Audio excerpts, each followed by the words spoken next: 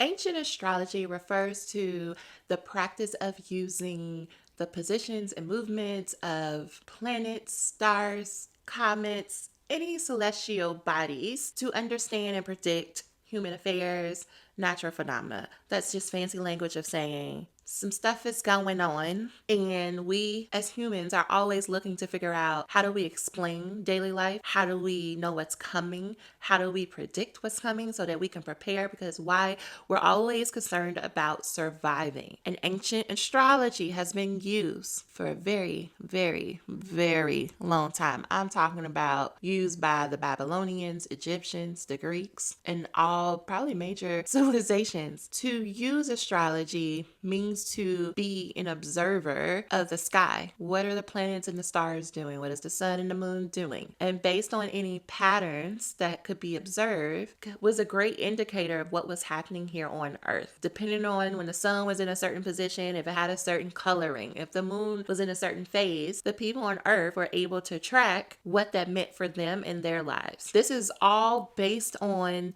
this understanding that we are all connected, that everything in this world is all interconnected. And so in order to use astrology, you're going to have to be willing to, believe that. Now, when it comes to astrology, horoscopes, a lot of people are used to knowing that their sun sign, meaning where was the sun when you were born? That's what it means to have a sun sign. So for me, for instance, the sun was in Sagittarius, and I'll explain more about how we get there in a minute, but I was born on November 23rd. November 23rd, the sun happened to be in the sign of Sagittarius. So when people ask me, what is your sign? I would normally say Sagittarius.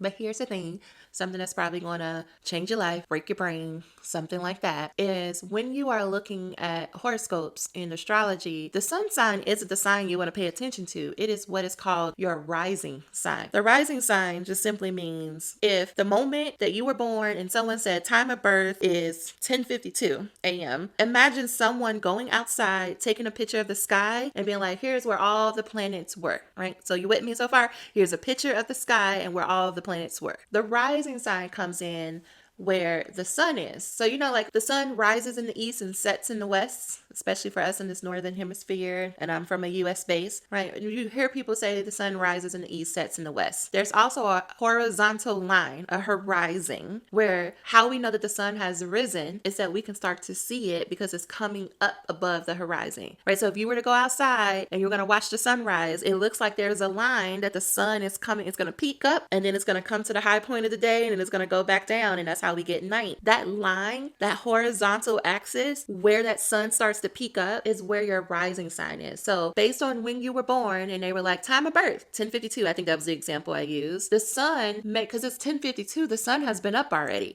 so it may be somewhere else, but where the horizon line starts or begins is the rise is your rising sign. So the sun for me was in Sagittarius when I was born at 11:05 at night, but the horizon line right here was Virgo. So I am a Virgo rising.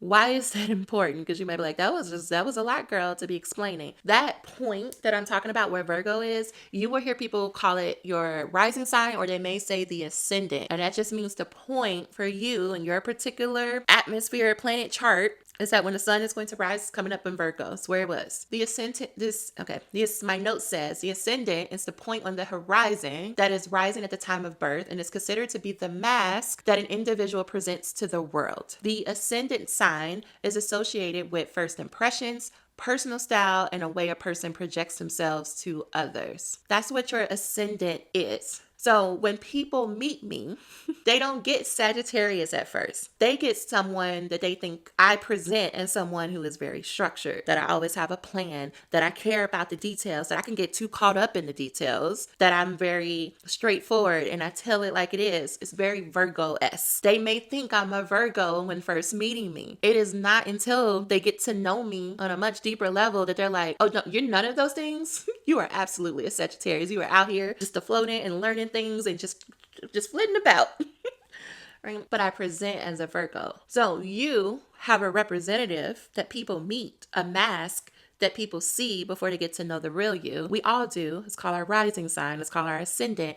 And that is a more accurate depiction for us to be able to know more about ourselves, as well as to know how the planet's movements, what that might mean for us here on Earth. That's very general and a very abbreviated, but you get the point. And the same way that there is an ascendant, there's a descendant, right? For everything, there's always an opposite. This descendant is on the other side of the horizon, right? So think about it, if the sun is rising, that line, right, it would have been coming through Virgo, even though it might be somewhere else now. And when it sets, it's going to be on the opposite side of Virgo. The opposite side of Virgo is Pisces. And I'm going to show you a chart so you can see what I'm saying. The opposite of Virgo is Pisces. That's where my descendant is. That's where the sun sets. The descendant is the point directly opposite of the ascendant and represents the relationships that a person forms with others. The descendant sign is associated with partnerships, relationships, and the way an individual interacts with others. So when people meet me, they're like, Virgo, that's who she is. That's who we think she is, right? If I am going to be drawn to relationships,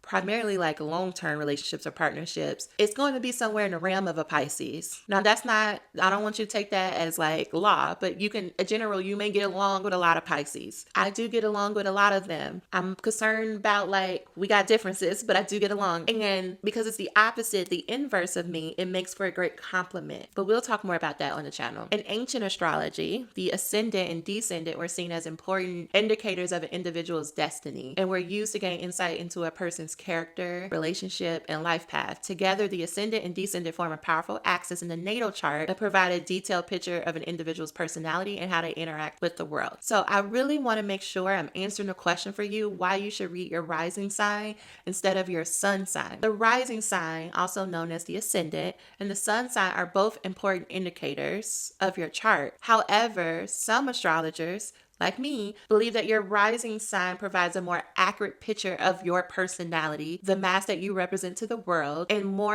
it's a more accurate use when we're predicting who you are and what you can expect. Reading the rising sign, in addition to the sun sign, can provide a more complete picture, if you will. So when you look at I use what is called a natal chart. Astrologers it's a chart, think of a circle like a pie wheel that is sliced into 12 pieces. Now we got that line going through the middle of our pie wheel. On the left side of the line is the ascendant. On the right side of the line is a descendant. And that tells us a lot of information about you and what you can expect. So if you're going to go to an astrologer, if you're going to look at your horoscope, you need to look for your rising sign. How you do that, you're going to need your exact birth time, birth location in order to figure out your rising sign.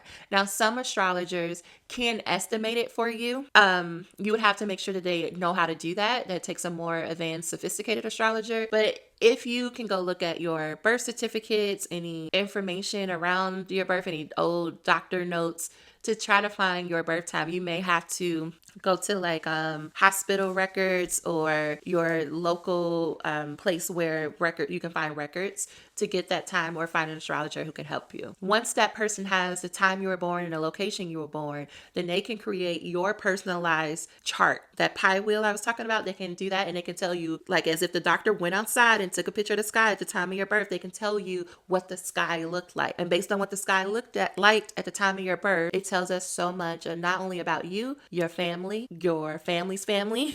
It tells you about past lives. It tells you about what you can expect in this life. It has just so much information. I use astrology for a lot of reasons. It has helped me not only learn about myself, learn about the relationships I had and having now. I use astrology to tell me when would be the best time to do certain things in my business, in my life. Because I've learned so much about myself, I was able to put things into perspective and learn some lessons that I've been trying to learn for a while. And I just have a different understanding of the world and understanding of myself. And I would argue that astrology is one of the main reasons why I was able to step up my self-love game. Not in this I just need to do better, but I'm able to love myself in ways and understand why I need to love myself in those ways so much better. I'm going to be sharing with you more on this channel how to use astrology to help you learn more about yourself and why that's important. I'm also going to be sharing with you readings that I do for people, because I do chart readings and I do tarot card readings And I just use these tools to deepen my understanding of self. And I help clients use these tools to deepen their understanding of themselves. Because when you understand who you are, when you really understand who you are, you don't need anyone to convince you to take care of yourself. You're quicker to be like, this is my boundary, respect it. This is what I'm going after. This is my decision in my life. The more confident you become in yourself and what you're able to do. Now you might be like, girl, that was deep for some astrology, but it is that deep, y'all. And that is why I'm starting this channel, because I want to share with you the power of using astrology and tarot. So you want to subscribe and you want to hang around, but that's going to do it for this video. And I'll talk to y'all later.